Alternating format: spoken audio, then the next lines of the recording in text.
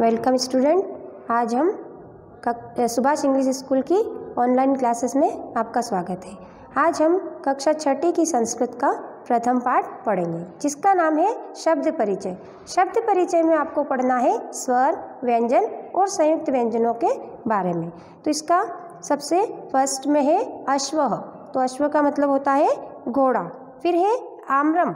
आम्रम का मतलब होता है आम। फिर है इष्टिका। इष्टिका का मतलब होता है ईंट। फिर है ईशः। तो ईशः का मतलब भगवान। उसके बाद आएगा उष्ट्रः। उष्ट्रः का मतलब होता है ऊंट। फिर है उर्णा।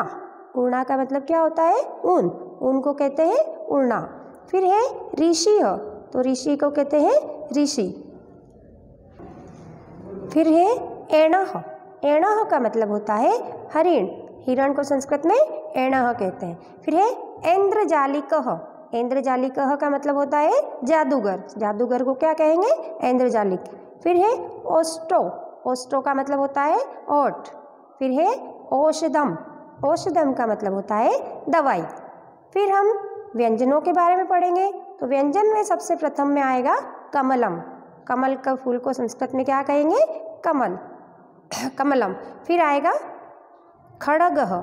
खड़गः को कहेंगे तलवार। तलवार का मतलब क्या होता है? खड़ग। फिर है गणेशः। तो गणेशः का हिंदी अर्थ होता है गणेश। फिर है गंगा।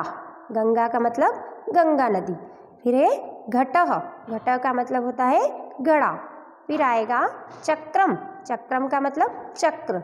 फिर है छत्रम। छत्रम का मतलब छाता, जिसको हम संस्कृत में कहेंगे छत्रम।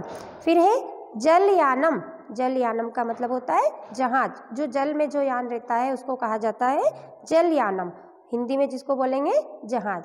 फिर है झरह। झरह का मतलब होता है झरना। फिर आएगा चंचू। चंचू का मतलब होता है चोंच। फिर आएगा टणक यंत्रम। तो टणक यंत्रम का मतलब क्या होता है? टाइपराइटर। टाइपराइटर को क्या कहेंगे? टणक यंत्रम। फिर है ठठकः। ठठकः का मतलब होता है ठटेरा। फिर आएगा डमरूह। तो डमरू को हिंदी में क्या कहेंगे? डमरू। फिर आएगा ढोलह। तो ढोलह को कहेंगे ढोल। उसके बाद बाणः। बाणः का मतलब होता है बाण। फिर आएगा तरुह। तरुह का मतलब होता है पेड़। फिर है थह। थह का मतलब होता है पहाड़। फिर आएगा दर्पणः। तो दर्पणः को कहते हैं कांच। फिर है धनुः। धनुः का मतलब होता है धनुष। उसके बाद नरेशः। नरेशः का मतलब राजा। फिर है पर्णम। पर्णम का मतलब होता है पत्ता। और फिर आएगा फणी। फणी का मतलब सांप। फिर आएगा बकः। बकः का मतलब बगुला। फिर है भल्लुकः। भल्लुकः का मतलब भालू। फिर है मयूरः। मयूरः का मतलब मोर। और फिर यज्ञः। यज्ञ का मतलब यज्ञ। फिर है रथः। रथः का मतलब रथ। फिर है लड्डूः। लड्डूः का मतलब लड्डू। फिर वटः। वटः का मतलब बरगद। और फिर शशकः। शशकः का मतलब होता है खरगोश। और फिर आएगा षटपदः। षटपद का मतलब भंवरा। और फिर बाद में आएगा सरः। सरः का मतलब तालाब। और फिर हलम। हलम का मतलब हल। अब हम संयुक्त व्यंजनों के बारे में पढ़ेंगे जिसमें सबसे प्रथम में आएगा क्षत्रिय। क्षत्रिय का मतलब होता है क्षत्रिय। फिर त्रसम। त्रसम का मतलब होता है जंगल। और फिर आएगा ज्ञानी। ज्ञानी का मतलब ज्ञानी। अब हम इस पाठ के अभ्यास प्रश्नों के बारे में पढ़ेंगे जिसका प्रथम प्रश्न है अधोलिखिताना शब्दाना वर्णान पृथक पृथक लिखत। मतलब अधोलिखित शब्दों के वर्णों को अलग अलग करना है।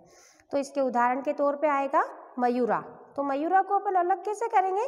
जैसे म प्लस अ क्या बन गया? म। तो म में किसका उच्चारण आ रहा है? अ का।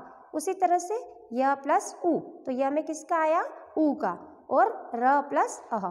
तो क्या आ गया? मयूरः।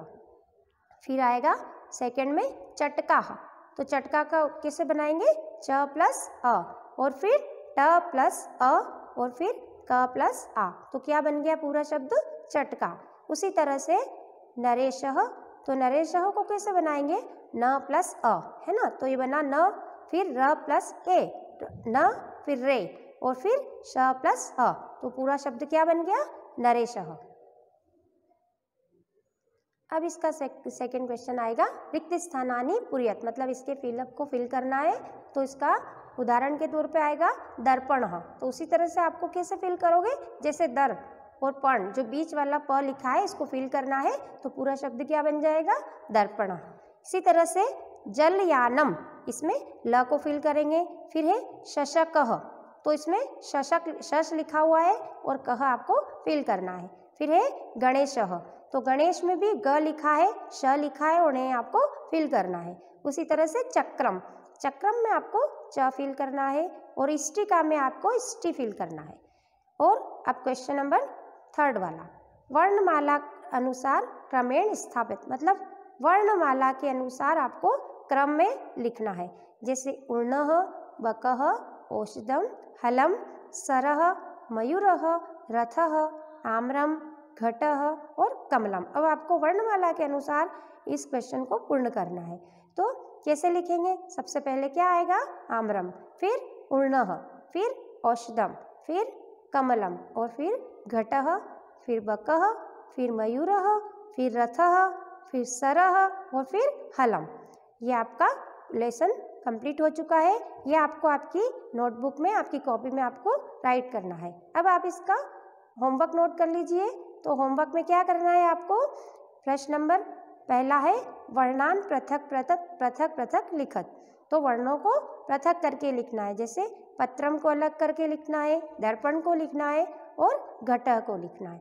और सेकंड क्वेश्चन है चित्राणि दृष्ट्वा नामानि लिखत, चित्रों को देखकर आपको उनके नाम लिखना है। धन्यवाद।